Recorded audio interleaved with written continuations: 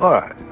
So I'm just your stupid dog, and this is the second, whatever you say, the second part of the second chapter, second, I don't know what you call it, and the whatever you call it too, the playlist of the fact that the man is getting catfished by his telehealth mental health provider.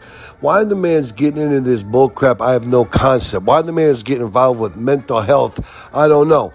But, in Pennsylvania, now this is just an aside here, so this is just how this take begins, but in PA, we would refer to the man for doing the mental health thing as a dipshit. Now, we live in Western Kentucky, so I'm not trying to say anything about it, but we spent time up there in the tri-states area of Pennsylvania, New York, and New Jersey.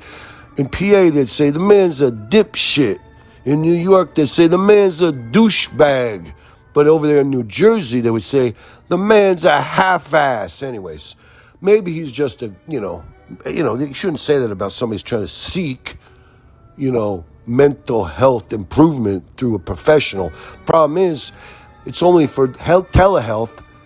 This woman keeps on giving up excuses why he can't come down to her office. Down there on Main Street, she supposedly got an office, but yet the man's never been there. He's like a month and a half. He's been doing once a week telehealth.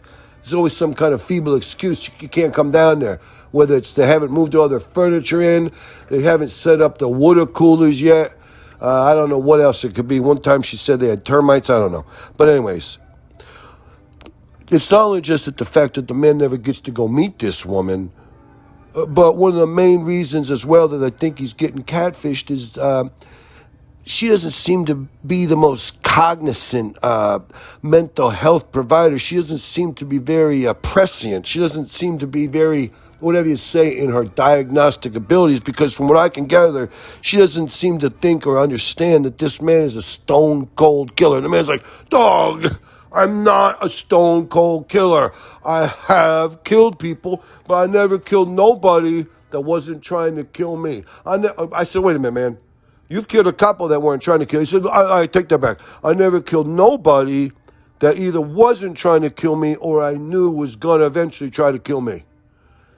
I was like, yeah, well, whatever, And plus I said, the man, not only do you kill a few every once in a while, the man's like, I don't kill anybody unless we're involved in the dog wars. I go sometimes years on end just living my life, apart and separate from the dog wars. So I'm not trying to get drugged back into the dog wars. I'm just saying, sometimes you got to do what you got to do. And I was like, yeah, but the other thing, the man, is that you also have a propensity to, before you kill these people, you torture them. And, that's a little sick. The man's like, dog, you can't just kill them. It doesn't make any sense. It's not a mercy killing. It's a revenge killing. If you don't kill them in a way that's, a little gruesome and a little disturbing, well, how is it going to help prevent the next guy from thinking he can come along and kill you? I mean, you're sending a message where you kill somebody, Like, I like to sew their mouth shut and slap them around. I like to sew their mouth shut with, like the leathery shoelaces that you would use for tying up a LL Bean duck boot. And then I go and get a vanilla milkshake from Burger King after I dehydrate them for a while. And then I try to stick the straw in there, let them get a little tiny slurp, and then I pull it away and I smack them. I was like, the man, that is demented. He's like, listen, I don't enjoy it. I'm just saying, if you don't kill them in a gruesome, cruel method, why do you think the kings, they deboweled people and strung them up and they cut their innards out and let them spill all over the place and they quartered them? They tied a rope around each of their appendages and pulled them apart by horses, okay? The horses pulled the people apart, okay? I mean, why do you think they did that in the public? You're saying to everybody around you, don't fuck with me or this could happen to you. I mean, that's the only reason why you kill people that way. I don't even want to kill nobody. I don't want to get involved with it. But, what it is, what it is. I was like, yeah, but man, she's not figuring it out that that's part of who you are. She thinks you're just this goofy-ass, happy-go-lucky guy who's a little bit of an introvert and he's got a little bit of an inferiority complex. I don't even think she realizes that you're an oxygen brain deprivation injury survivor. I mean, jeepers creepers, this woman, I don't know where she got her degree to do the psychology thing, out of a Cracker Jacks box. I mean, man, not only do you killed people, not only do you sometimes torture these people, but you got 2 women on your transcript or whatever you call it, your ledger.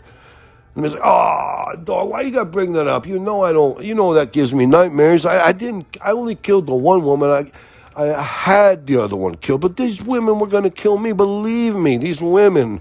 I mean, I didn't, that's the last thing I ever wanted to do. I do feel bad about that. And I was like, why don't you tell your mental health provider? He goes, dog, I'm not going to tell her about it. How are you crazy? I mean, come on, you know what I'm saying? And then the other thing, I was like, the other thing about you is that you're a stone cold killer, but yet you won't even kill a tick or a horsefly. You won't even kill a copper-headed rattlesnake. And the man was like, dog, I have a soft spot for God's creations and, the little animals. And, I don't want to. I was like, the man, I seen you pull over and help a turtle cross the road. You pull over, you block traffic so you get out and help a stupid turtle get across the road over here. I mean, you've killed so many people. You torture them. You've killed 2 women. And the man said, I only killed one of those women. She was going to kill me if I didn't kill her. The other one I had killed, okay? It's a big difference. But I said, I seen you one time we were going down the road. This is the truth. I seen you, we're going down the road, and you're like, what is this? And there was a big red tick, one of them ticks from the Lone Star State that causes the scoliosis or sclerosis where you can't eat the red meat. The man's like, yeah, I know what you're talking about. I think they're called alfalfa-gall syndrome, not scoliosis. I was like, the man, I seen you pick that tick off your hand, roll down the window, and because you were like, I can't throw this tick right out in the middle of the road, you pulled off the road, do a half a U-ey so you could throw the tick into the weeds. I seen you one time pick up a rock looking for fish worms, and you seen a big copper-headed rattlesnake, and I was going to say, God bless, kill that son of a bitch, and you said, oh, let it go, let it crawl off, let it go do its own thing. But yet, I don't know how many people's brains you've blown out, and you won't just shoot them. You say you can't even just shoot them first. You got to make them pay a little price first. You got to do something nasty to them before. And the man's like, listen, I never tried to kill nobody that wasn't getting ready to kill me. And that tick, he's just doing his thing, He's going to get one little bite of me. He's not going to kill me. Why would I kill the tick? If the tick was going to kill me, I would kill the tick. But I'm not killing nothing that's not true. That's the way I am, dog. I mean, come on.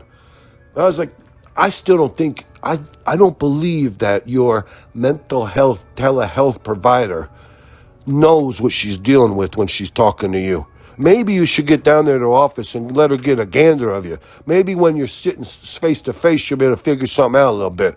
But if this woman doesn't seem, and the other thing is if this woman starts talking about somebody that needs some help, or she's got an insider trade deal for you, if she starts talking about you giving up your social security number, let me tell you something, do not do any of that bullcrap, because I believe you're getting catfished.